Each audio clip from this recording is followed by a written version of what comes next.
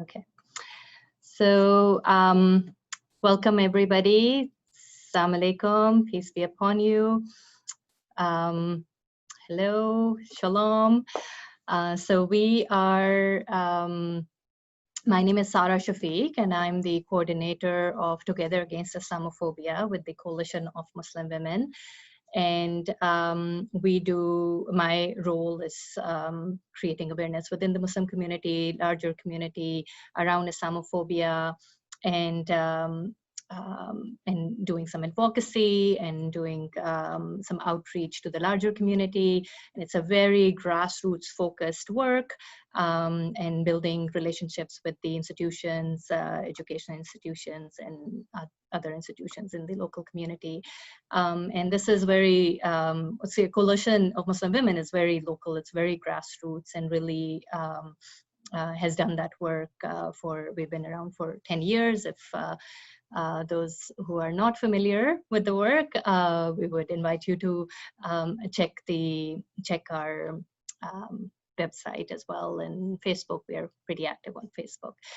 So I'll begin with the land acknowledgement. So Coalition of Muslim Women of KW acknowledges that we are on the traditional territory of the Anishinaabe and the Haudenosaunee and the Neutral people. We are on the, right now we're in the office. Our office is in the Family Center, and Family Center is located on the Haldimand Tract, land promised to 6 nations, which includes 6 miles on each side of the Grand River.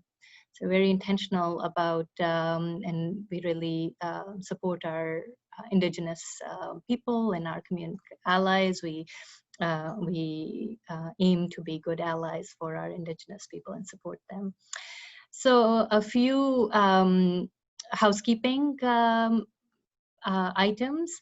If everyone could please, our audience could please mute their Zoom session. There is a bar at the bottom. If you move your cursor to the bottom of the screen, a black ribbon comes up, and on the left side there is a mic, and if you could please press that, and that will mute, just so that if there is a unforeseen background noise, then that wouldn't disturb the session. We would invite you to ask questions at the end of the session. So we will have about 45 minutes of presentation, and then at the after the presentation, we will invite you to please ask your questions. And if you could type your questions, that'd be great. If you're not comfortable typing, then we would ask you to unmute yourself and ask questions at the end. This session is being recorded, so we will be making it available later on as well. And lastly, so we really felt this was an important topic. We have within our community Black members of our beautiful brothers and sisters who are members of our Muslim community, our human community, and certainly the brutal murder of George Floyd, which prompted all this, the movement, and we really wanted to participate and do some, and heed the calls from our Black sisters and brothers to do something about this, raise awareness. There are issues that that are faced by the community. So in light of that, we invited Chaplain Ryan Carter to come and present the first of this series. And so I'll just give a very brief introduction. So I'll ask my colleague and my friend, co-lead of this session, Aisha Nawaz, to introduce Ryan Carter, our speaker. And so Aisha is she's a really good friend of mine, a sister here, and she is a history teacher, a social studies teacher with the high school teacher with the Waterloo Region District School Board. And so I'll hand over introduction. Jazakallah khair, Sara. Assalamu alaikum. We are so honored to have Ryan Carter join us today. Thank you so much, Ryan, for sharing your precious time with us. A brief introduction. Ryan is a chaplain with the Canadian Armed Forces. He's also, if he's not busy enough doing that, he's also a doctoral candidate at Queen's University in the Department of History. And he is examining race and ethnic relations and understandings in the Muslim community during the medieval time period. And I'll hand the floor over now to Ryan. And Ryan, before you begin your formal presentation, I wondered if you could tell us a little bit also of your personal history of your own family and your own genealogy, your ancestors, where they came from, whatever little you know, and share that story with us as well. All right, so Bismillah ar-Rahman ar-Rahim. Can you hear me all? Perfect. So of course, this is a tremendous honor to have this opportunity. I've been presenting on the topic of Black Muslims. I use the term Black Muslims as a general term to encompass Black communities across the Americas and of course, Europe and different parts of Australia, etc., etc. For me, when I start off talking about this, I mention, where I'm situated. So I'm a descendant of the transatlantic slave trade. I traced my ancestry back, and this is known, to the island of Barbados, which is one of the first islands to be colonized during this long legacy of sugar plantations. My mother is a descendant of indentured laborers in Trinidad from an Indian background. So I come from the mixture of both Africa and India. And this is what prompted me to discover my own journey, that I can trace my ancestry all the way back to the 17th century at the arrival of the slave ships, but also my ancestry starting with the ships arriving in the Caribbean from India. So for me, this conversation is both enlightening, but also personal for me and my own personal journey. So when I speak about Black Muslims, I like to emphasize the legacy of resistance and of course, empowerment, because that's the narrative I want to tell, that's the story I want to tell to the community. Let's see, how do I moderate this? All right. So my personal journey I would say that my journey as a Muslim, I'm a convert to Islam. I accepted Islam when I was religion. And when I began to study in the United States, I came across a community that really embraced me. And it was the African-American community. And there, the Imam at this particular masjid, he told us a story. And it is a story of Black peoples who originated from Africa. And it was like the chronology of the struggle and the journey. فَلَا أُقْسِمُ بِالشَّفَقِ وَاللَّيْلِ وَمَا تَسَقَ وَالْقَمَرِ إِذَا اتَّسَقَ وَاللَّيْلِ وَمَا وَسَقَ لَتَرْكَبُنَّ طَبَقًا عَنْ طَبَقٍ. So I bear witness, فَلَا أُقْسِمُ بِالشَّفَقِ. I bear witness to the ruddy glow of the sunset, the twilight. وَاللَّيْلِ وَمَا وَسَقَ. The night and its enveloping. وَالْقَمَرِ إِذَا اتَّسَقَ. And the moon that comes out in its fullness. لَتَرْكَبُنَّ طَبَقًا عَنْ طَبَقٍ. You will surely move from stage to stage. And he used this to give the history of Black peoples. That there was a moment in time where there was glory, there was prestige in their faith. And then they were taken, they were enslaved, taken across the Middle Passage to a world unknown to them. And then there was a period of darkness. There was a period of darkness. And in that period of darkness slowly came a period of twilight. And after that twilight came the fullness of the moon and brightness. And this is the stage of our people as we have this conversation. So why do we speak about origins? Now, origins are so crucial, because when we speak about origins historically, we speak about three things. We speak about our belonging in a particular place, where we belong. And when we establish our origins, we're able to figure out where we come from, our role, our place in this place where we're situated. We also have to understand that when we speak about origins, we also enlighten the people around us, that we have a place, that we have a role, we have roots in where we're situated in this current place and time. History does not move solely in a linear fashion. It goes through cycles. It goes through cycles. And when I talk about the origins of Black peoples in the Americas encompassing the regions from North America, from the Caribbean all the way down to South America, I speak about the fact that Black peoples have been in this place for centuries. For centuries. We have a place historically and we have a place culturally as well. So where to begin? Scholars like to speak from different points. We can speak about the presence or potential of presence of Black Muslims who sailed from Africa to the Americas as early as potentially the 14th century. In that case, we're talking about the great ruler Mansa Musa. We're speaking about the potential of traders who came from the coast of West Africa to different parts of present-day Caribbean.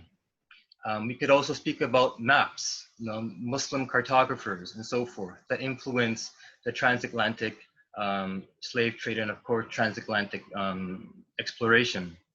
We could also speak from the perspective of the arrival and deportation of Muslims from Africa to the Americas. And that's also a starting point. And if we start at that point, we're talking about the 16th century onwards till about the 20th century. We could also speak about settlement. We're talking about immigration. In that case, we're talking about the late 19th century and on to the 20th century, the establishment of Muslim communities. And we could also speak about conversion. Where do we see the largest demographic of Black Muslims in the world, and where does that originate from? And some would like to start from the perspective of conversion. For me, I like to see them as all like this interlaced, connected. They're all connected, okay? Why is this? We can't speak about the slave trade, for example, if we don't understand the relationship of Europe during this period in time, and the Mediterranean and the Muslim world. Europeans were thoroughly indebted to Muslim technological advances, namely the cultivation of sugar. And they were also indebted to the Muslims for their understanding and knowledge of the world. So this map, Al-Idrisi's famous map, was actually commissioned by a Norman ruler, Roger II. So we have in this example reliance not only on Muslims, but Muslims' sort of role in this whole exploration of the Atlantic. When we speak about the mass conversion or the rediscovery of Islam amongst African Americans and Black Americans and Black peoples around the Americas, we have to connect it to the legacy of slavery. Not only their historical presence, but how Islam shaped culture and conscience throughout their existence, throughout the community. That Islam ran through the DNA of about 30 or 40% of those arrivals from Africa.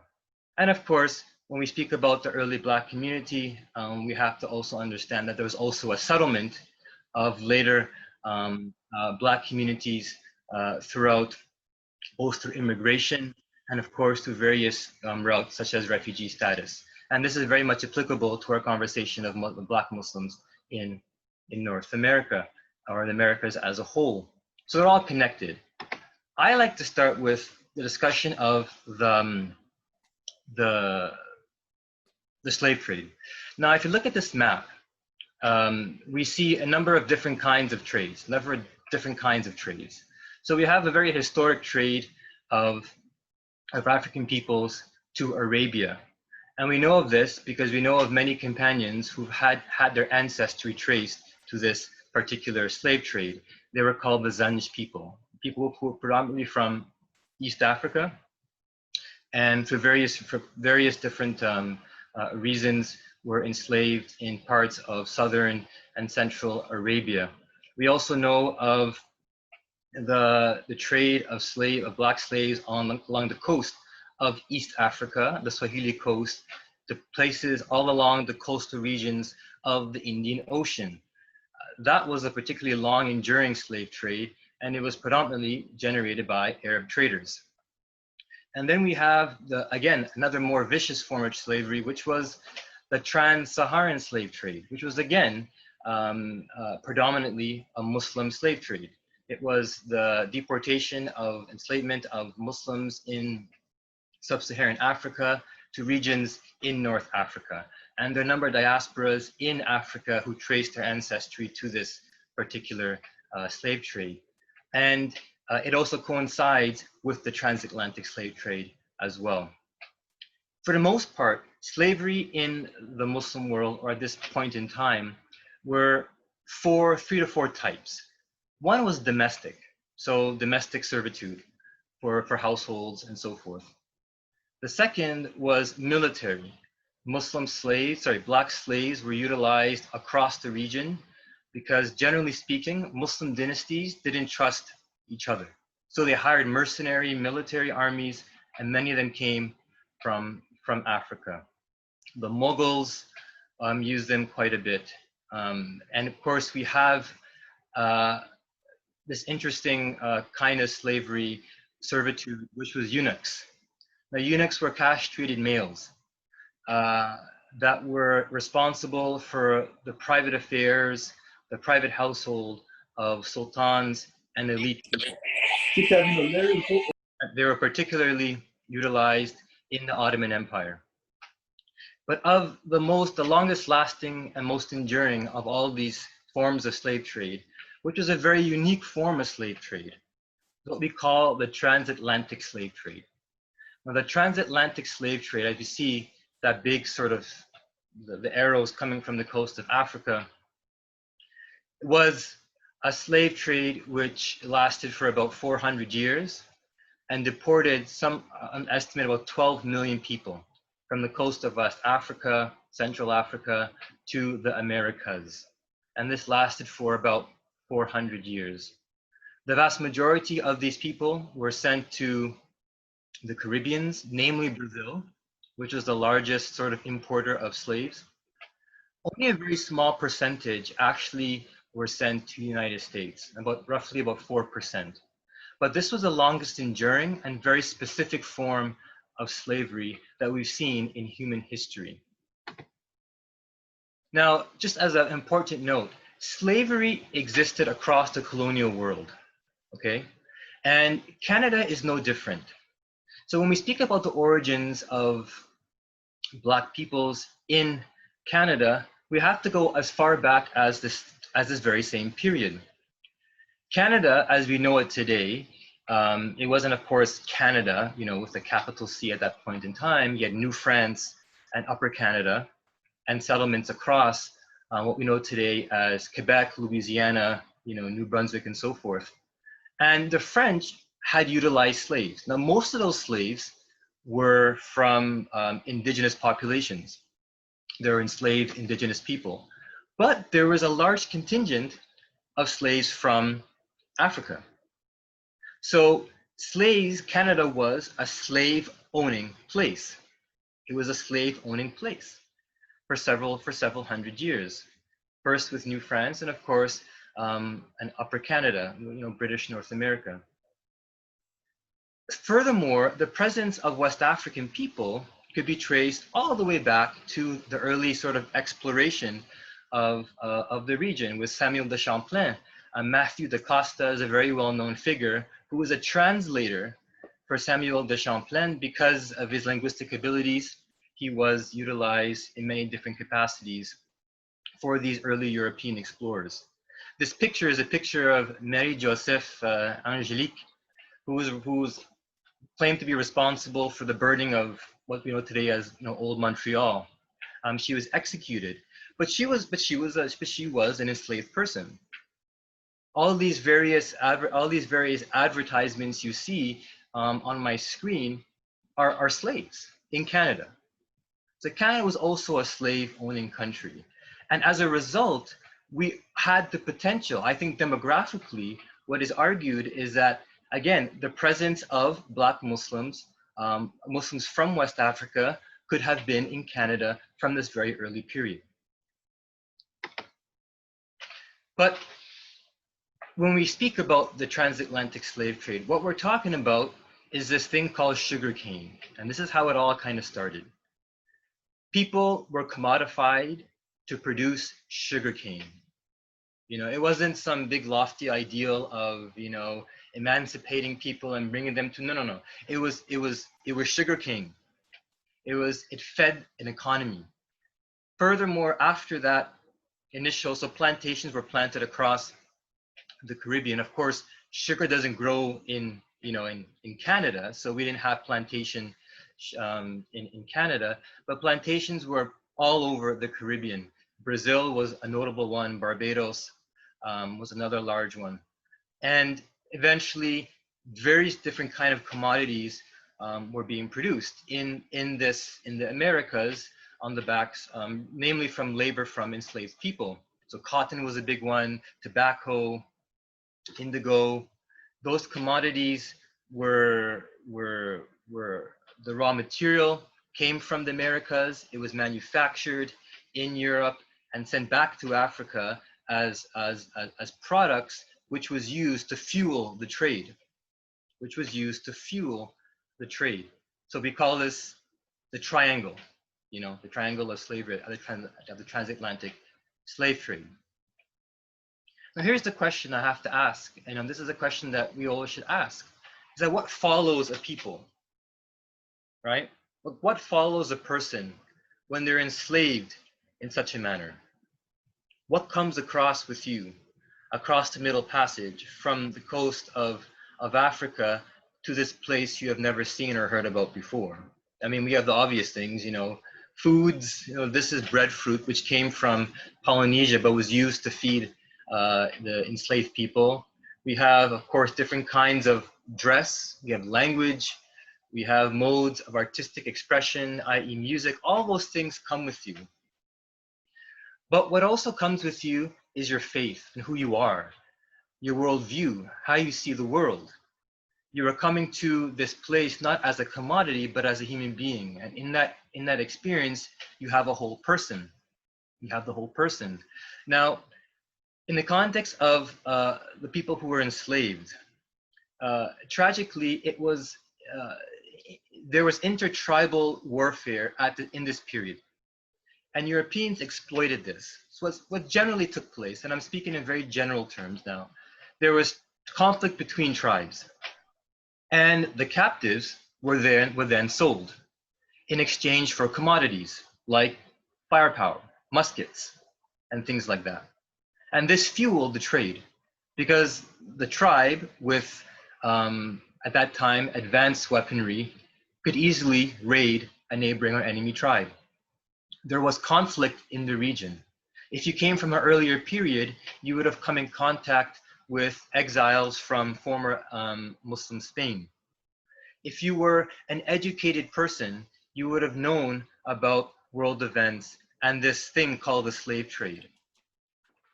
Another thing which should be noted is that, as I mentioned, 30 to 40% of this population, of this demographic that was deported from Africa, were Muslims. Okay, so 30 to 40% were Muslims. Now, many of us have traveled around the Muslim world, various parts of the Muslim world, to villages, to urban centers. Islam is a very mobile religion, meaning it's a religion that encourages exchange. So as Islam moved through West Africa, You had the exchange of language, scholarship. We know of the kingdom of Mali and Timbuktu, this huge urban center of learning. And these scholars went through the periphery and spread the religion. It didn't matter if you came from a village. You would have had some knowledge of the Quran. You may have had some knowledge of Arabic. You may have had some knowledge of the seerah of the Prophet, sallallahu alaihi wasallam. You'd have maybe been a scholar who has deep learning of the tradition. You may have been a merchant who's come in contact with Muslims across the region and areas in the Arab North. So all of this is coming now to the Americas, not just bodies, but also people with worldviews and experiences. One thing I always like to emphasize is that if you knew the tradition and even had a smattering knowledge of the tradition, then you would have known that Islam is thoroughly opposed to oppression. That within the theology of the religion, whether we have just learning the stories of the Prophet, peace be upon him, whether we read the Quran, where we learn that al-fitnatu ashaddu min al-qatl, that oppression is worse than slaying. Oppression is worse than slaying. Then we're coming over the theology of resistance. I don't know, and this has become quite popular. I'm not sure where it comes from, this kind of modern script of that Islam somehow accepts passive oppression or passively accepts oppression, or that Islam actively accepts oppression because patience is a virtue. I don't know where this comes from. I don't know. I mean, I have my suspicions of where it comes from, but this is not a Muslim idea. I mean, patience is very different than resisting oppression, or being unable to resist oppression is very different than what patience is. So when Muslims came over, some, as a result of conflict, they had a very strong idea of these principles in the religion. So it is no surprise, it's not a surprise, that Muslims were responsible for the very first slave rebellions in the Americas. The very first one was actually in the early 1500s in Hispaniola, which is present-day Dominican Republic, against, and I guess it was against Don Diego, the son of Christopher Columbus. They were Wolof Muslims. They were the first slave rebellion in the Americas. Now, it was so much so, don't forget, at this period in time, the Spanish had a very contentious relationship with Muslims. They had just finished exiling Muslims from Andalusia. They had a they had developed a very strong disdain for Muslim people. So it came to the point that in the early period, the Spanish, who were some of the architects of the slave trade, forbade Muslims entering into the Americas because they were scared that they might influence the indigenous populations and incite rebellion. The British and French and Portuguese didn't continue on with this policy. But throughout the history of the slave trade, we have these very prominent rebellions and resistance movements led, or Muslims were an integral part of it. So we have the Maroons of Jamaica, for example, which have a very strong legacy of Islam ingrained in the culture. The Maroons of Jamaica. If you study it, you would find so many indications of Islam, the beliefs and the practices within the culture of the Maroon people. And today, people of Maroon descent in Jamaica acknowledge this history. We have the Bahia slave revolt, which is one of the largest slave revolts in the Americas, which was led predominantly by Hausa Muslims. It was considered a Muslim revolt. I mean, it was a Muslim revolt in Brazil, led by Muslims. We also have a very successful, probably the most successful sort of revolution in the first in the Americas, the Haitian Revolution. And many of the leaders of this, whether intellectual or militarily, are said to have come from a Muslim heritage. Francois McCullen is one of them. I mean, these pictures are just fictitious, you know, they're not, I don't know. But he was known to have been a Muslim. Now, why historians have oftentimes, particularly observers in the period, kind of glossed over these facts is because they clumped African people into one people. So if they saw, you know, a group of Muslims together doing dhikr, for example, you know, don't forget they're coming from West Africa, which is highly influenced by Sufism. The Qadariya sect was very well known in the West African region. So you saw a group of Muslims doing dhikr, for example, saying Muslim things, led by a person. They had presumed that this was some kind of sorcerer, you know, doing some kind of incantations on the people. I mean, so they clumped a number of different expressions of spirituality into one. So the fact that many of these people were in fact Muslims doing various practices, whether it be cultural or spiritual, was oftentimes glossed over. I mean, it couldn't have been glossed over in the case of Bahia because the Muslim element was very clear. We also have resistance in other forms. We have resistance through the written word. Now, this is very fascinating to me. So we have records across the Americas of writings of Muslims, and they're writing in Arabic because, again, if you were a captive from West Africa, you didn't just come from, you know, you could have been a peasant, you could have been a farmer, you could have been a merchant, you could also have been a scholar or someone who knew multiple languages. Islam is a very literate religion. So Muslims enslaved in the Americas communicated not only through stories, through music, but also through the written word. So we have, these are only two examples that I've used because they're quite well documented. Omar ibn Sa'id, who wrote a kind of biography, the biography of Omar ibn Sa'id. He was enslaved in the current day United States, and he writes in Arabic. And in his biography, he talks about his lineage and how he learned from his brother, who was also an enslaved person. A very interesting historical figure is Ayuba Diallo. And in this picture here, you see him in this picture of him in a turban.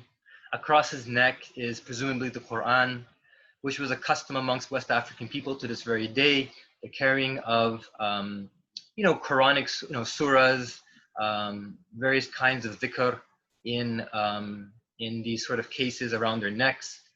And he's said to have written the Quran 3 times from memory. 3 times from memory. He was eventually emancipated and sent back to, and he was he returned back to Africa. But here you have his Quran, you know, Al-Quran wa huwa, and it continues and it has his name here, Ayub ibn Sulaiman. So he came from, he was a learned Muslim. You also have in the center here pieces of the Quran, chapters of the Quran, which are recovered from you know, people who had died in the Bahia slave revolt. So here again, this is Surah Al-Qadr, and they carried this, which shows the importance of their spirituality. As they're experiencing all this, the importance of their spirituality and how they resisted through these various means. This is all very well documented. The Muslim presence goes back this far. In Canada, Canada was seen as Canaan, you know. Harriet Tubman, the great, you know, Harriet Tubman, an important figure we should all learn about and study. But she brought slaves from the United States through the Underground Railroad. And there were many different junctures in the Underground Railroad, but Canada was seen as this promised land, to bring people through. So there were small settlements all across Ontario in places which we never think about. You know, Oro Medonte which is just I think north of Northern Ontario. Places in St. Catharines, the Niagara region, London, Oakville had these pockets of freed slaves in Canada. But this is the period that is also, I would characterize as a period of darkness. So we spoke about the Muslim presence in the Americas and their arrival, and how they tried very hard to preserve their faith. But for a number of reasons, coercion being the most obvious of them, Islam kind of departed in many ways from the life. Now, it happened at different points in time, depending on where you were in the Americas. But for the most part, we have a lot of records of Muslims, converting to adopting Christianity, even if the first generation did not. Second and third adopted the Christian faith. And Christianity, which was formed within the Black community, was very distinct from what we consider white European Christianity. The stories they told and the emphases that were expressed were very different, and we get the development of the Black church. But the language of Islam had slowly departed. And the turn of the 20th century, with with slavery and the slave trade being abolished, we get into this period of sort of, what do we do next? We're free, but we're not really free.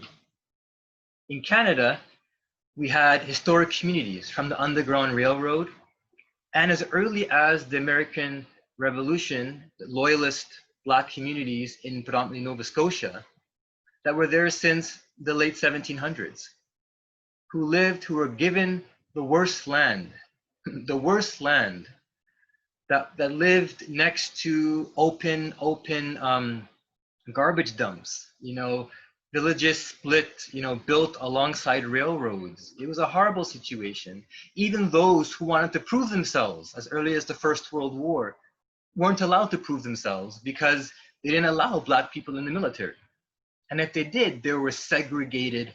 So it was a period of darkness across, North America. Jim Crow laws in the United States. It was a very difficult time to be a Black person. A very difficult time. But as I mentioned, struggle came. In Canada, we have Viola Desmond, who begins to speak out against the segregation laws across Canada, in her experience being denied entrance to a movie theater. We had segregated schools in Ontario. Again, many of us haven't learned that we had segregated schools in Ontario up until the 1960s. So in this period of darkness, what remains? So I'm going to play for you a few audio and tell me what you hear.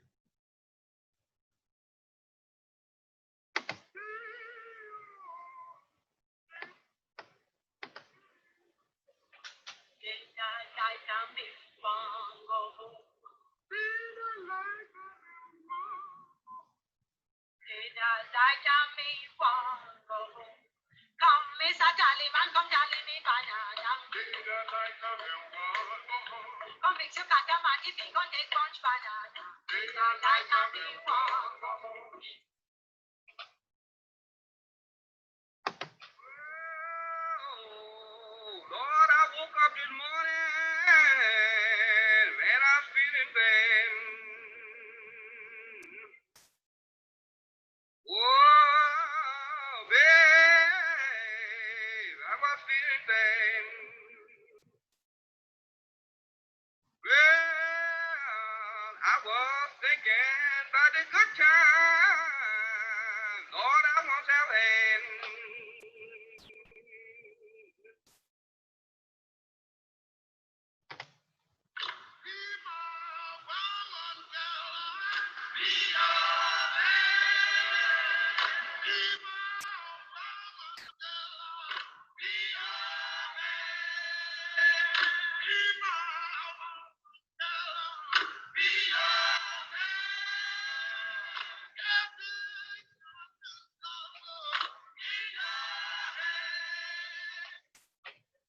Did you guys hear that? I don't know if you heard that. Sarah, was that heard by people? I don't know. I'm hoping it was.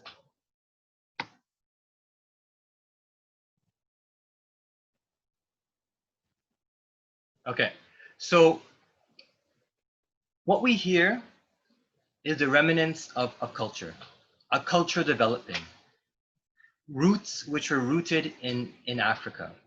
So in the first song you heard, De La Cama, and that initial song, they were called work songs. I mean, want to go home, you know, Talimi Banana, you know, these were work songs which developed from West African musical forms. They expressed the difficulty of life. These were work songs. They were songs meant to keep people going. The song, which is popularized, called Rosie,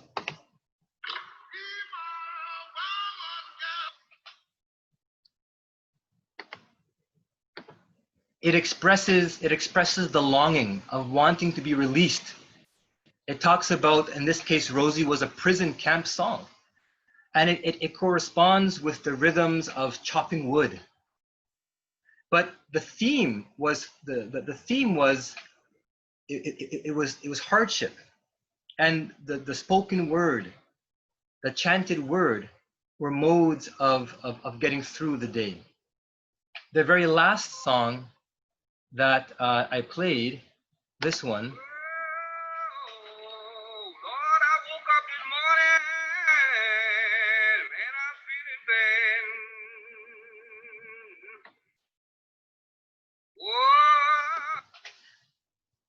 that is a unique form. It's called the holler, the field holler, which, if you compare this to the Adhan, you see a remarkable similarity. The foundation of modern day music, you know, pop and hip hop and R&B and reggae originates from this experience. Of Black peoples from West Africa and their life in the Americas. It was a way of communicating the sorrow.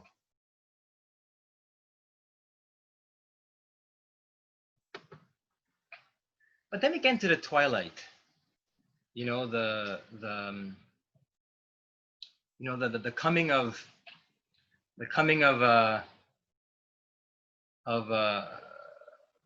hope.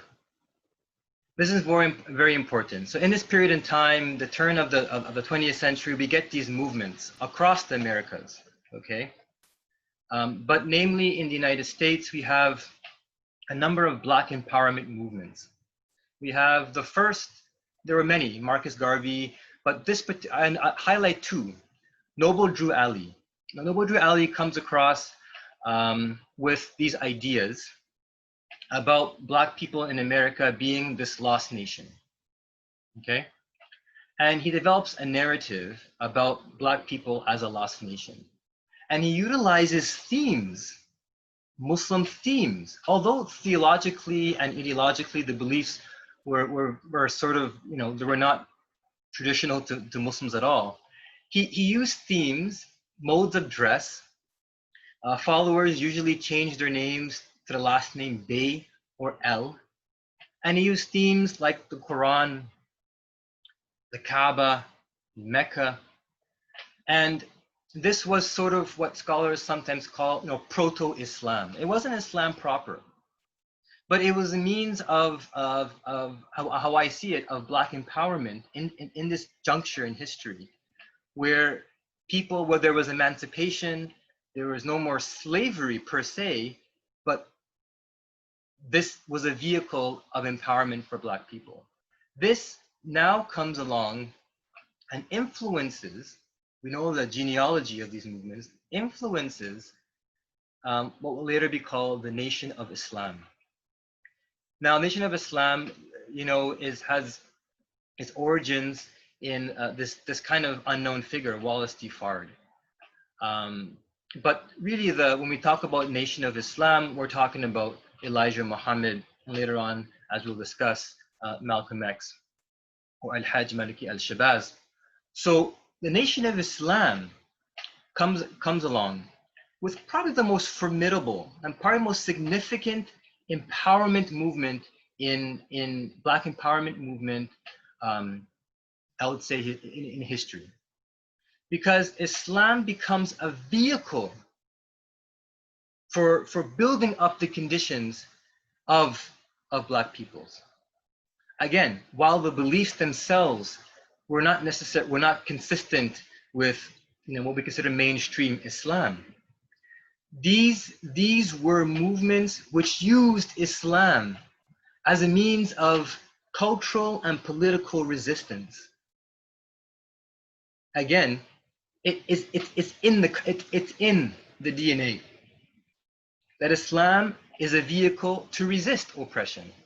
And Nation of Islam was highly successful. They built educational institutions, University of Islam. They had that Black-owned businesses all across. They had temples and mosques and so forth. They were an incredibly successful movement that utilized at least Muslim themes as a means of empowerment. And then we get to Al-Hajj Maliki al-Shabazz. Now, again, the Nation of Islam, it kind of puts at this juncture in time, we're seeing small immigration patterns from the Muslim world to North America, but it's really through the figures of prominent Black Muslims that Islam becomes really mainstream in North America. Malcolm X is at the center of this, the center of this awareness of Islam in the United States, and of course his ideas and his thought and his autobiography was highly influential to Black empowerment movements in Canada as well. And if you look at the story of Malcolm X and later Al-Hajj Malik al-Shabazz, we see an incredible story which, again, Islam is seen as a vehicle to oppose oppression. The civil rights movement was a movement of African American people for equal rights. And at the center of this, we have these pivotal figures who were Muslim, Black Muslims. I mean, Muhammad Ali. We know Muhammad Ali. We know Malcolm X. Maliki al-Shabazz.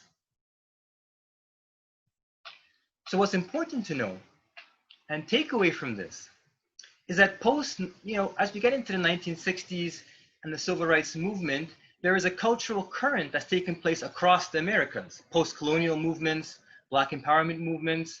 In the previous slide, I had a picture of Leonard Howell, the Rastafari movement in Jamaica, all across the colonial world, Pan-Africanism. And later on, the later immigration of Muslims from different parts of the Arab or South Asia and so forth, were largely thoroughly indebted to the struggle of African Americans and Black peoples in the Americas. They fought the struggle. They fought the struggle and continue with that struggle. And later day, immigration patterns are largely indebted to these struggles of early Black people. And of course, the civil rights movement was not just a Muslim, but Islam, i.e. through the vehicle of these important figures, was at the center. Then we get the full moon. The full moon, when everything becomes bright. So this is Imam Warathin Muhammad, may Allah be pleased with him. And he was the son of Elijah Muhammad. And when he's given the leadership of the Nation of Islam, he reforms the Nation of Islam and brings this large, some say 200,000, the large following of Black Americans into what we consider mainstream Islam. So some of the more radical ideologies, racialized ideologies and beliefs were taken away. and were replaced with more mainstream practice, more mainstream practice. It's important to know that these were not, like we say conversions, but they were rediscoveries. They weren't reverts. I don't like the word revert either. These were rediscoveries of something which was inside of them from all this time. It was in the DNA, I think the DNA of Muslims, you know, that we will rediscover our past and our history. And Islam now becomes at the center of the Black American community. And from this, a number of institutions were created. So for example, his mother is next to Malcolm X, his Sister Clara Muhammad, Elijah Muhammad's wife and Warathi Muhammad's mother. And the educational institutions were renamed to the Sister Clara Muhammad School. So in the United States, I was the principal of Sister Clara Muhammad School. And overwhelmingly, you know, culturally and theologically, the Black American community was very egalitarian. So there were female ministers within the movement, female leaders, and of course, the educational institutions were named after his mother, who was a strong advocate for education. So this was the largest conversion of, the largest rediscovery in American history of people moving to Islam, mainstream Muslim practice. And his legacy still remains across North America. Before he passed away in 2008, he actually spoke, I think one or two times at the RAS. Now, in the 1960s and onwards, we get patterns of immigration, and generally speaking, you came to North America generally for three reasons, or because of three reasons. One of them being you're coming with an advanced degree in education, so you were a professional in your home country. You also came if you had lots of money, so you came as investors. So you came on a business kind of visa, or you came through refugee status. Now, the Muslims who came to North America, you know, in the 1960s, when immigration was opened up again, following the civil rights movement, policies across North America changed when it came to human rights, and also opening up the doors, as you know, the Trudeau era would name it, to non-white immigrants into Canada. And of course, you get this large group of Muslims coming to Canada. I'm not speaking about Canada, from you know India, Pakistan, the Arab world, East Africa, and so forth, with higher education. And what happens? Three things happen. Number one, many of these first initial waves of immigrants came from countries where racism was an endemic part of society. So when they arrived when arrived, they didn't see necessarily, I think, a need to speak out against it. Although they were recipients of racism, it was an endemic part of their place of origin. If you're an international student, you would have also been a recipient of racism. However, again, you were a student. So second of all, what happens when you come with an advanced degree to North America? You automatically get skyrocketed into positions which guarantee a certain socioeconomic privilege. So we have this thing called brown flight, where now Muslim immigrants from India, Pakistan, and those regions are now moving away from urban centers into the suburbs, attempting to adopt sort of white middle class ideals which were rooted in white supremacy and the exclusion of other marginalized communities. And with that, you get the establishment of these sort of cultural diasporas with money, right? Overwhelmingly professional immigrants with money in the sciences, i.e. doctors, engineers, and so forth, developing these large mosques, these big mosques, and these big organizations to the exclusion of existing sort of indigenous Muslim populations within North America. So we get this uneasy relationship between, Black Muslims and immigrant populations, even though many of the rights that they are receiving are in as a result of the civil rights movements spearheaded by Black Americans and Black Canadians. They see themselves now in a class and a privilege which guaranteed them upward mobility. Okay, and of course this is the general trend, and this is why in most communities across Canada, if you have a Lebanese mosque, you generally brought over an imam from the Arab world, typically an Azhar Sheikh, to be your imam. If you were a South Asian community, if you were Indo-Pak community, you found a Maulana or an imam from the madrasa system, that can speak your language, that has that kind of education. And this is how it kind of happened. If you were Turkish, you had a Turkish imam. If you were Bosnian, you had a Bosnian imam, which left very little place for Black Muslim leadership. There was now little place. And then you have this need to establish independent, separate organizations that were not traditional to the Muslim community. So Muslims tended to occupy, Black Muslims, we tended to occupy positions, not necessarily as mosque imams, but foremost as chaplains. We opened up schools. Some of the first professional chaplains in Canada were Black Canadians, Ibrahim Downey, Abdul Rashid Taylor, Michael Taylor, Yassim Dwyer, I'm coming after them. But these were among some of the very first, Muslim chaplains in North America, professional Muslim chaplains. Educational institutions, Bilal Phillips, Abdul Hakim Quick, very integral pioneers of the community, Abdul Idris Ali, for example. So these are all pioneers of the Black community in North America, specifically Canada.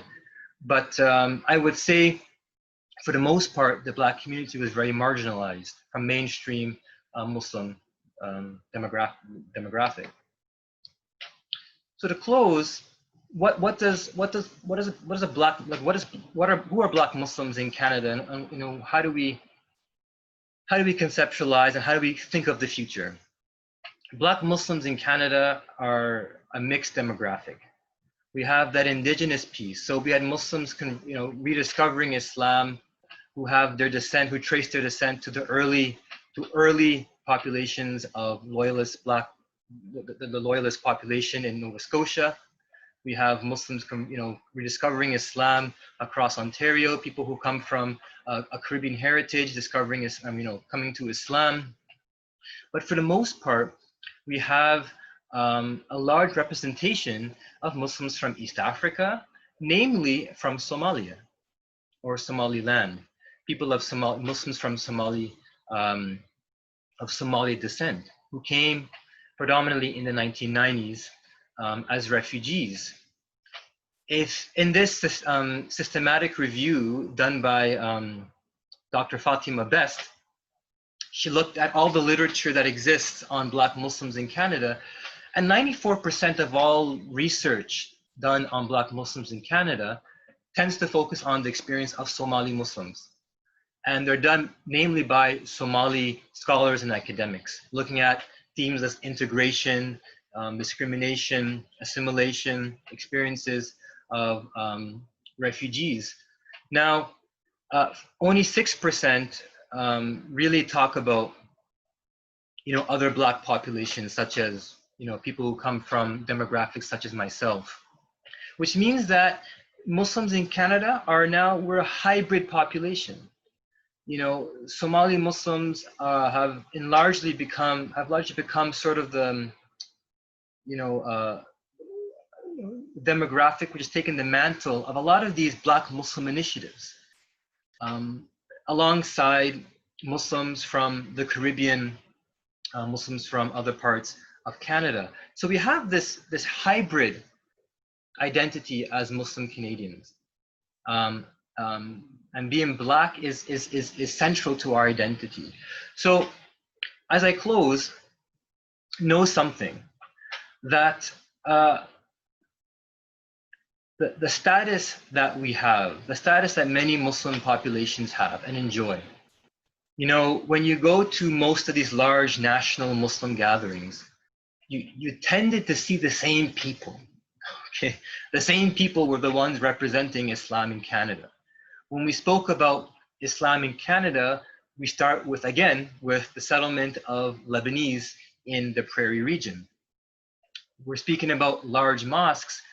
We tend to think of, again, Indo-Pak, Turkish, or Arab mosques, at the exclusion of, I think, the Black demographic. You know, Black Muslims who have an historic presence in the Americas for over 400 years. So the privileges that we have, all this was largely endued to the experience and the struggle of Black peoples, Muslim, non-Muslim, Christian, and so forth, all collectively fighting for justice and equality in a world which is overwhelmingly hostile towards them. So yes, we are indebted to the experience of Black Muslims in North America. You know, although we go through this passage and this journey of darkness and a twilight, and then twilight and darkness, and then the full moon. I think we're at the stage now where the fact that we have these initiatives happening right now, we're opening the door for this fullness of who we are as Black people in the Americas. So with this, I close. Thank you, of course. And of course, at this moment in time, I'll take questions. I think I'm exactly on the hour mark, like exactly. So I'm good to go for that one.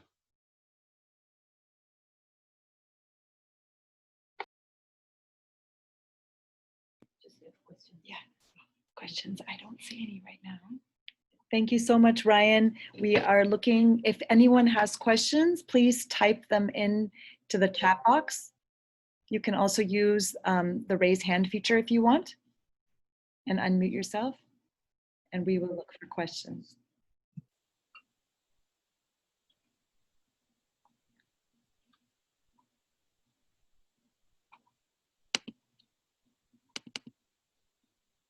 I'm not seeing any questions. Yeah, or anything that might be new to you, something that you hadn't heard of. Brian did such a great job of very concisely going over a long period of history, but you know, being able to pinpoint some of the key moments and contexts that are so important in the story. So anything that you maybe did surprised you, you can comment on that as well. So here's one question. Any idea about what percentage of imams in Canada are from the Black Muslim community?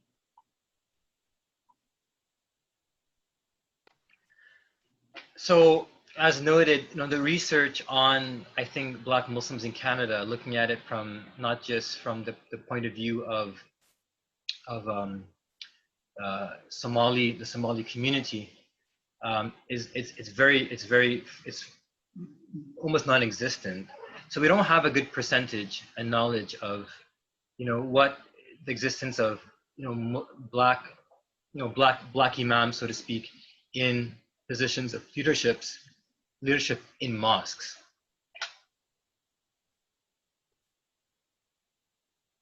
Although, like I mentioned, the positions that Black Muslims tended to occupy are aside in the United States, because of the large demographic of African American Muslims, they allow. I mean, you had Black imams that served their own community, right? But in Canada, we didn't really have that kind of. We had some exceptions to that, but it was never made a norm. Lots of people coming in with comments, just thanking you, Ryan, about what a great presentation and just bringing light bulbs for many people. Someone comments, this was just great. I especially like that you highlight the fact that Africa is a continent which is rich in history and that we are not just the dark continent, which was mistakenly stereotyped. Mali is proof, of course, of the literacy, and I commend you for highlighting all of that. Any other questions? Other people writing in, thank you for the presentation. There was a lot of new information for me.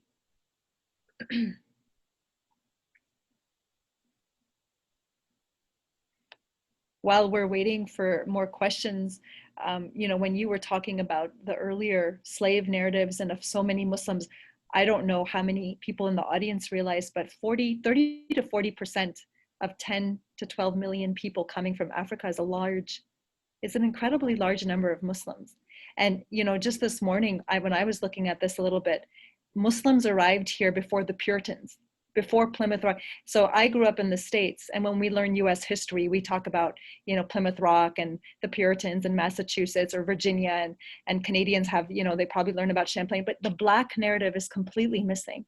And the fact that Muslims arrived here before even Protestants, they arrived here with Catholics, I think is something that, you know, is just never told in the history, and it's an important story. So thank you for highlighting that. Another comment, anti-Black racism is so rampant in our community, Desi or South Asian, that I can't even begin to talk about. What can we do about it? So we will, of course, have a whole session devoted to this, but we'd love your feedback on that. Well, I think, you know, just very in general, I think, you know, when I spoke about the origins, what's the purpose of that is to understand our interconnectedness and how the story we're always told is not always the full story. And as I mentioned, you know, many of the immigrant population that came to North America were skilled immigrants. I mean, they came with advanced degrees, they were educated, which is a credit to, you know, to Islam and emphasis on education. But what happens in that process is the internalization of sort of these white supremacy ideas. And how do I, you know, reach the upper echelons of society? Well, I'm different from those people. So forget about like the Black people or the indigenous people. I want to be like you people. So it's this bizarre, you know, I think colonized mentality that many of us came with to North America. Don't forget, most of the Muslim world was colonized. So you come with these ideas to North America. It's no different. It's the same ideas, right?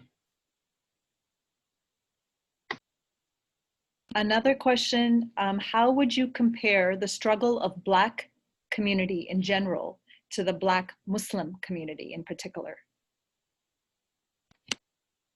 So it's a very difficult dance to do when you're talking about you know, Black Muslims, because culturally speaking, you know, we were in the same struggle. So to speak about one at the exclusion of the other is actually not a very good thing. It's inaccurate historically. We work together, and to be honest, religion was never a dividing factor in the Black community. The Black community is overwhelmingly very inclusive of different religions, different perspectives, because you share it in the same history, the same narrative. I think the challenge that Black Muslims have specifically is the fact that we Black Muslims have been further marginalized by dominant Muslim demographics, diasporas, which adds to the struggle, because we should be struggling together for the same cause. But not only are we have to address white supremacy. Now we have to address, you know, racist ideas in the mosques. So it's this constant, it's a very difficult struggle. And for those of us who came to Islam, we discovered the religion and then being called abd, or slave after by certain people, it was almost like, oh my God, where am I? Back in like the 16th century? Like, what is this? Like, you know? So I think we have a double struggle. And you can imagine a Black Muslim who came as a refugee, who wears the hijab, now has to navigate all these circles of racism in the community. Could you imagine how difficult that is? So I think in many ways we share a lot, but Black Muslims specifically have a role, our own unique experience within the Muslim community. Thank you. Another comment here. I think this was referring to anti-Black racism. Someone is commenting, it's very sad that this exists, but as a Black Muslim woman, I have seen it and experienced it personally. So just a comment about that. Other people just thanking you again for the conversation and for the really informative answers that you're giving. Any other questions? For you.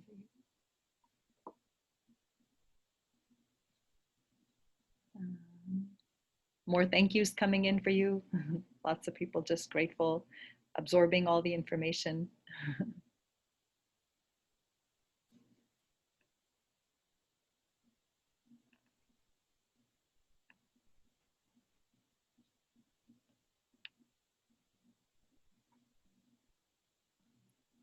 While we're waiting, I'm thinking of a question as a teacher, and you said you were also the principal of a school. What do you think can be done more to bring this topic, what you're talking about the Muslim presence and Black Muslims in America, in Canada, sorry, more into the schools? What sorts of resources, or how can we bring this more into mainstream discussion?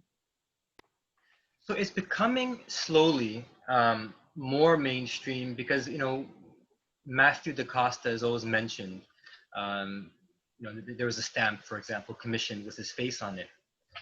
What the challenge we have in Canada, and this has always been the case, like when Malcolm X came to Canada, Malik al-Shabab, when he came to Canada and was on CBC, people had no idea what was like. People were so confused. If you watched the interview, people had no idea really what was going on. You know, like, who are you, right? And it's very bizarre. I mean, this is a general Canadian thing that we think that this is an American thing. I mean, but it's not. So when I highlight, for example, the fact that we had segregated schools in Ontario, that the Ku Klux Klan operated in Ontario, that we had slave owners in Canada, that could be brought into the early history narratives, because history is, the way we see history is changing. The way I learn history, particularly of the indigenous peoples, was horrific, and the way they were portrayed and the way they were even depicted visually, it was a huge historical injustice. So the more we bring in these early pieces to the narrative, the more it's not a surprise to hear it. The fact that we had West African people in Canada makes it very plausible, because most came from the Senegambia, Angola, Congo region, that we had early, you know, Muslims in Canada, you know, in New France. So we talk about New France, we don't talk about that. And we have a tendency of equating it to, well, they were just servants. No, they weren't just servants, they were slaves, right? So talking about it. Mm-hmm. So another question here, Ryan, thank you for answering that. What place do you think Black Muslims have in the BLM movement at this time? So the place and role of Black Muslims in BLM. So if you look at the examples of that I mentioned of the proto-Islamic movement, Nation of Islam, you know, Noble Drew Ali, and of course later on Malcolm X, you know, Muhammad Ali, and so forth. Islam was a vehicle for resisting oppression. So Islam should motivate us to be involved and to lead these initiatives. We shouldn't exclude anyone from that narrative, But what's important to know is that Islam, because it speaks so strongly against fitna, oppression or tribulation or any sort of injustice, that Muslims should be at the center, in my mind, at the center of these struggles. Now, historically, we have been. It's just, we have to remind ourselves of that. That Islam, again, we are not a religious group or a theology or a faith that endorses, passive, oppression, or actively or passively accepts it in the name of being patient or to preserve our social and economic status. So if we look at our faith and those principles which exist in our faith, and this should motivate action. Mm-hmm. Thank you. Just a reminder again, if you feel more comfortable, then please feel free to use the raise your hand feature, and then we'll ask you to unmute and you can share your comment or question. Another question for you, Ryan. What are your recommendations to learn more on this topic? Any other sources that you would point us to? Well, there's been a lot of work done, but the preeminent scholar in this case is Sylviane Diouf. Maybe you could type out the name, Aisha. Sure. Sylviane Diouf, she speaks a lot about Muslims in the Americas. Okay.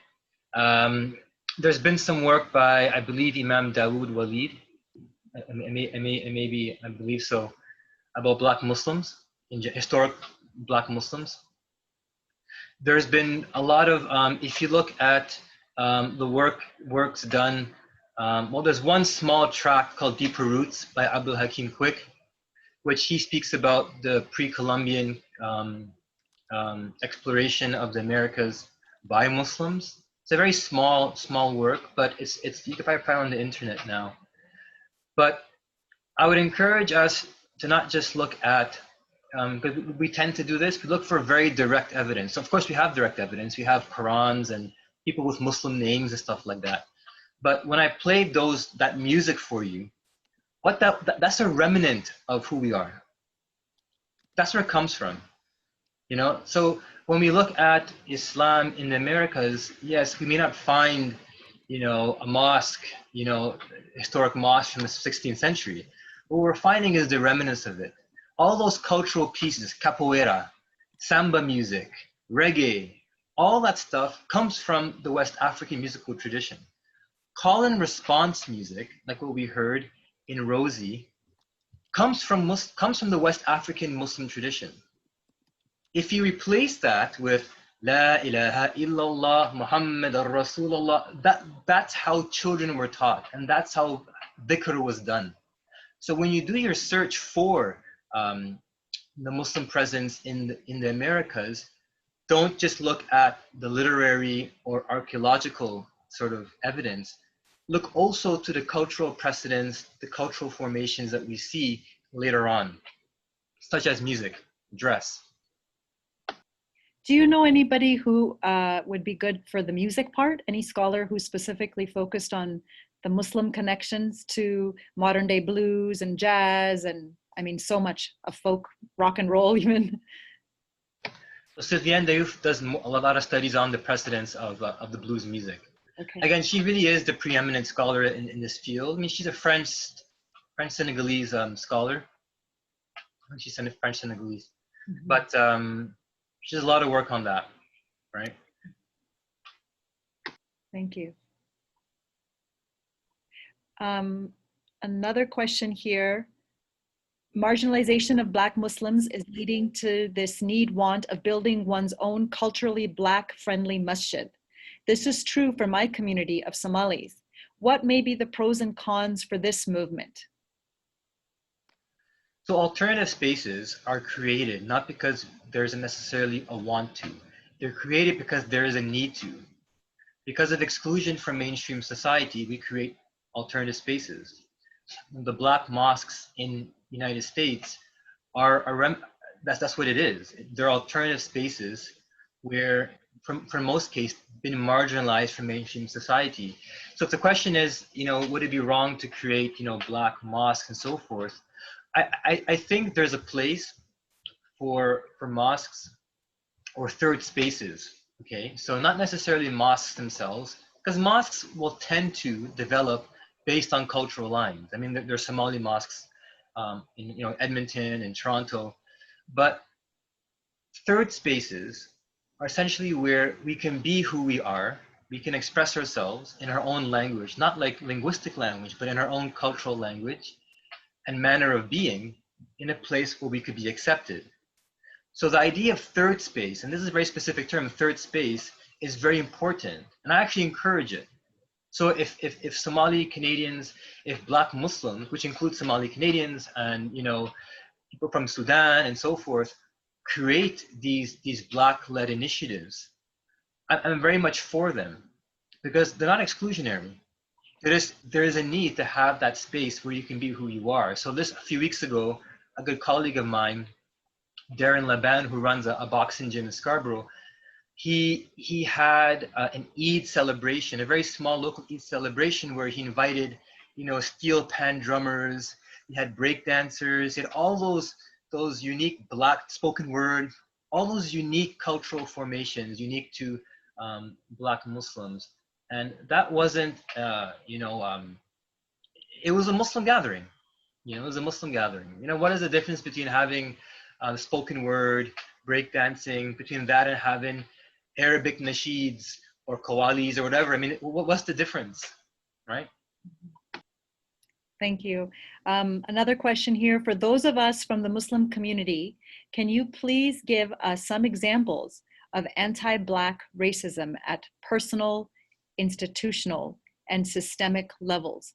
This is because most of us are really completely blind in this regard. I do want to save that conversation for your other. I mean, I think this conversation is so crucial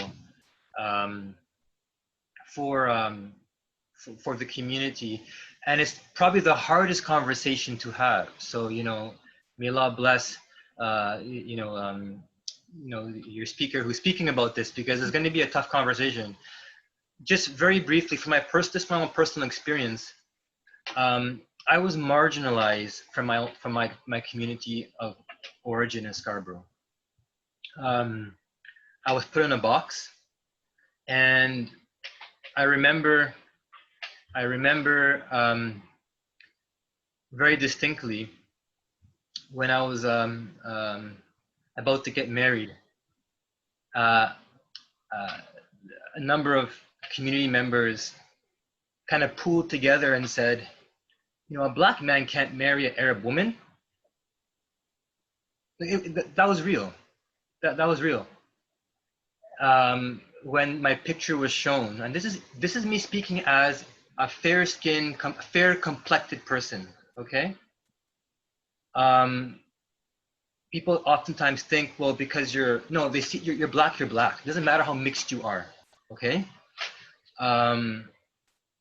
They said, oh, he looks good, but bas huwa abd, but he's slave. I mean, the word for Black is called abd in many parts of the Arab world. So I was like, oh, he looks nice, but he was Black, but the word he was abd. Right? So I mean, those kind of experiences are real, right? I'll save the rest for the speaker, but I mean, that's real. So imagine coming to Islam with this beautiful idea of like egalitarianism and blah, blah, and being told, well, I don't know if you can really marry this woman because according to fiqh, there's a difference of class, right? Can a non-Arab marry? I mean, this is real. So unfortunate. Thank you. Thank you for sharing that, gosh, that deeply emotional and obviously very hurtful thing, but thank you for sharing that. As the person asking the question said, I think many of us are so blind to it that it really puts things in perspective. We have Rehanat here who's raising her hand. So Rehanat, if you want to unmute yourself, go ahead. Yeah, assalamu alaikum. Yeah, so personally, I have experienced this in the Desi community. And to be honest with you, moving to Cambridge and mixing with the Muslim community, I have seen my son actually experienced it. We were at a party, and the lady said something about, why are they here? And the son who was playing with the boy who was playing with my son had to, move away from my son. And later he actually said something bad to him, like, I don't want to play with you because of your skin color. It's so sad to see that happen. But it does happen. It is there. And, it's just, I don't know how to deal with that, because sometimes you get very emotional and you tend to overreact because, your little child, what are you going to say? Obviously I just had to say, it's okay. We're different in so many ways, but, at the same time, we're the same, and we're all human beings and all stuff like that. So it does happen. But how do we talk to our kids about this, and how do we integrate in the community, right? As the Somali sister said, it's hard when you're at the masjid and people are kind of talking, and then you show up in the midst and you look very different. It is hard to deal with this thing. So I kind of understand how it does. I mean, thank you so much for sharing that experience. And I think it goes to the question that we want to ask is, how do we talk about? So history is a starting point. We want to empower our youth, and we have to speak about it at a very young age. It's a vehicle for understanding, vehicle for appreciating the long history we have. And it's not easy functioning in a world which is overwhelmingly hostile.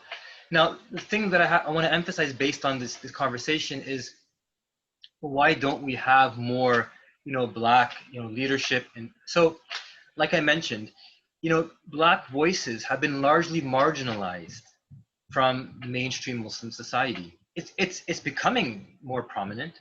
If you look at RIS from the beginning to what it is now, it has changed dramatically. Where we have Black American, Black speakers, whereas at a certain point it was exclusively white, Arab, and Indo-Pak speakers. It was a very exclusive conference, but they've changed so much. So we're seeing those Black voices being heard. But traditionally, again, why did you don't see Black imams? Because what mosque is going to want a Black imam in Canada? Honestly, if you look in the 1970s, what mosque is going to hire a Black imam, except a mosque which has a cultural association with you? So that's part of the reasons why things like educational institutions and other places of government and chaplaincy, for example, has been an historic place that Black Muslims have occupied. Thank you, Ryan. Another question here about racism in the Canadian Armed Forces, whether you've dealt with it either personally or just with your chaplaincy work, if you have anything you want to share with that experience. So I think it's important to know, and I really can't speak to that specifically, and I think it's important to know that from my own perspective, if we acknowledge the fact that racism permeates, everywhere in our society, then we acknowledge the fact that whether you're working for the military or the prison system or the police or anything like that, you're going to have to contend against that. And that's part of the overall struggle of awareness and importance of awareness building and so forth. I operate in a system that where I acknowledge the fact that, I'm in a system, I'm in an institution, and to be not only grounded in who I am, but the need to educate others. So in that case, I don't think, even those questions itself, of course, racism is, we experience it, and personally, it's from my own perspective, it's everywhere. It doesn't matter where you are. And me as a chaplain specifically, I hope to be that voice of care and safety for people who are experiencing those kinds of stigmatizations. Thank you. Another question about whether you're aware of training or workshops for imams or masjid leaders in recognizing and dealing with biases, discrimination, and racism. So if there's any training for imams on this topic. I know the Black Muslim Initiative has training and is anti-racist training. A number of speakers. I can't. Guillory Massa. Am I saying that right? Sister. So she led an anti-racist training workshop, which was very, very good, targeted towards Muslims. So I would personally look to the Black Muslim Initiative because they have a number of workshops and experiences with that particular idea in mind. Great, thank you. Any other questions? How are we doing on time? Yeah, okay. Yeah, so I'm going to hand over now to Sara. Jazakallah khair, Ryan. Thank you so much. Wonderful. Thank you so much. So Ryan, there's yeah, thank you so much for this is so valuable, and it's just I think touching the surface, and one can go into these topics so much more and so comprehensively, and we should, and it really this is knowing our history, knowing our roots, knowing where we come from, and that's really important to inform our future, and so I really am grateful for this really excellent presentation, and your time that you took your time for us. So we will wrap it up here. We are recording the session, so we will by Ryan's permission, we will be sharing it, and we hope that everyone joins us for the next 2 sessions. And we will have the next session on really looking at how is anti-Black racism present in Canada. We generally, as Ryan mentioned also, that we associate that with US. It's something that is happening in US. It happens in US. We are not concerned, but it definitely exists in Canada. It exists in Waterloo region, and so we'll go over a bit of that. We'll go over some of the language that sometimes in our circles, sort of activist social justice circle, we are more familiar with, like systemic racism and those definitions that we take for granted. But it will be we'll explore that. And we will also look at, there's a Muslim study that our speakers, Dr. Sian Wilson and Laurier and Coalition Muslim Women conducted for the Muslim Project, and they had really very grassroots and local findings about Black Muslim experience, Black Muslim women experience. So that will be the next session, and the last session is the main focus of the series. These are honestly just the foundational pieces that we wanted to cover, so that we get to the place of having a really serious, much needed discussion, conversation, really, and bringing all of us together to take action. It's not just about sort of understanding this is happening within the community, but taking action. How can we all work to just get rid of this evil that honestly, your experience was just racism. It could be anybody, but just it was bringing tears into my eyes. I mean, it was very emotional just to hear those experiences. So that will be our focus, and it is the focus of the series. That will be the last session in 2 weeks. So we'll see everybody, inshallah, next Thursday at 4 o'clock. And so, yeah, we'll wrap it up here. And thank you so much to everybody for joining us, for the audience, for your participation, for your questions and engagement. We really appreciate it. Thank you.